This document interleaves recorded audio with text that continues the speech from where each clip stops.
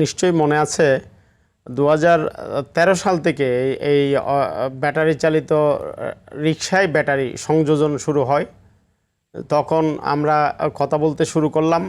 2015 সাল থেকে আরটিভি অর্থাৎ আপনিও এই আমাদের সাথে যুক্ত হলেন। তখন থেকে আপনি প্রোগ্রাম শুরু করলেন।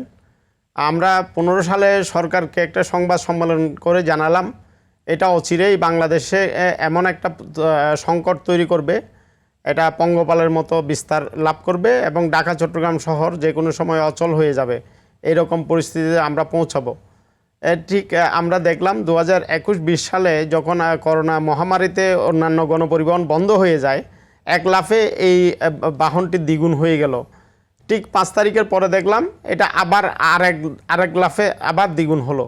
অর্থাৎ এই যে দুটো ধাক্কা, করোনা মহামারী এবং 5 আগস্ট পরবর্তী সময়ে আমরা যেটা দেখলাম, যখন রাস্তায় ট্রাফিক পুলিশ চলে গেল, তারা সবাই জাতীয় মহাসড়ক এবং আঞ্চলিক মহাসড়ক দখল করে নিল। এমন পরিস্থিতিতে আমরা দেখলাম গ্রামাঞ্চলে সমস্ত চাষাবাদ বন্ধ হয়ে যাচ্ছে, কলকারখানা ক্ষুদ্র কুটির শিল্প বন্ধ হয়ে যাচ্ছে, সমস্ত শ্রমিকেরা দলে দলে রাজধানীতে চলে আসছে এবং দেশের বিভিন্ন শহরগুলোতে এই অটোরিকশা নিয়ে সহজে নেমে পড়ছে। তখন আমরা একটা বলেছিলাম তাদেরকে একটা লাইসেন্সিংয়ের আওতায় এনে অন্তত কীভাবে তাই এই ধাবমান যাত্রা এটাকে কিভাবে ব্যারিকেড দেওয়া যায়, এটার জন্য আমরা কিন্তু সোচ্চার করছিলাম। আপনিও আমাদের সাথে ছিলেন, এই প্রোগ্রাম অব্যাহত ছিল। কিন্তু এখন আমরা যেটা দেখলাম, সরকার এই সমস্ত বিষয়গুলোতে কর্ণপাত করলেন না। ফলে আমরা দেখছি এখন বাসের গলা টিপে ধরেছে।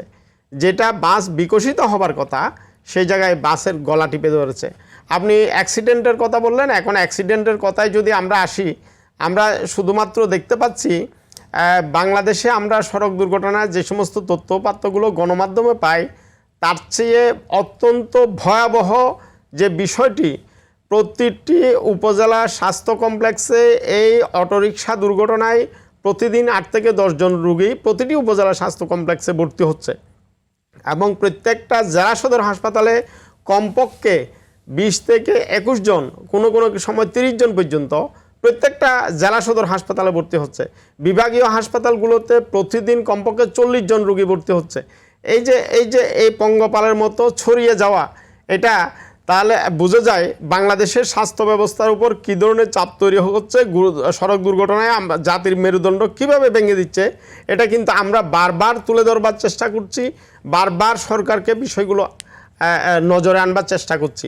কিন্তু এখন ব্যাপার হলো যে সরকারের গোলায় মানে কোন জায়গাতে গলত, এখানে আমরা যেটা দেখতে পাই, এখানে সড়ক পরিবহন মন্ত্রণালয় বলি বা এলজিডি মন্ত্রণালয় বলি অথবা স্বরাষ্ট্র মন্ত্রণালয় যারা কন্ট্রোলিংয়ের দায়িত্বে আছে, এখানে আমরা দুটো বিষয় দেখি।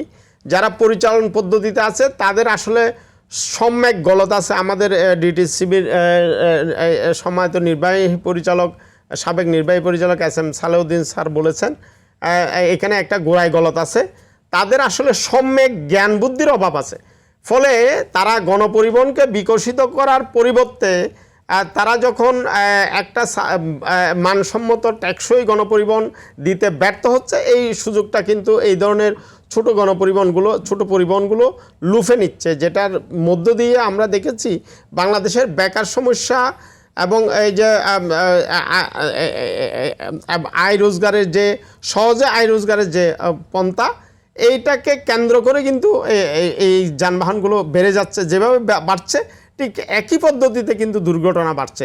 এখন এই দুর্ঘটনায় যে জাতির মেরুদণ্ড ভেঙে যাচ্ছে, স্বাস্থ্য ব্যবস্থার উপর যে চরম একটা চাপ তৈরি হচ্ছে, এটা কিন্তু আমরা বারবার তুলে ধরবার চেষ্টা করছি, সরকারের নোটিশে আনবার চেষ্টা করছি। এখন যে বিষয়টি আমাদের জরুরি, এটা এখন বন্ধ করবেন কিভাবে? এইখানে প্রতিবন্ধকতা কিভাবে বন্ধ করবেন, এর প্রতিকার কি, কিভাবে এখান থেকে বেরিয়ে আসা যায়, এটা নিয়ে পরবর্তীতে আপনার কাছে আমি আবার আসবো। ডক্টর সালেউদ্দিন।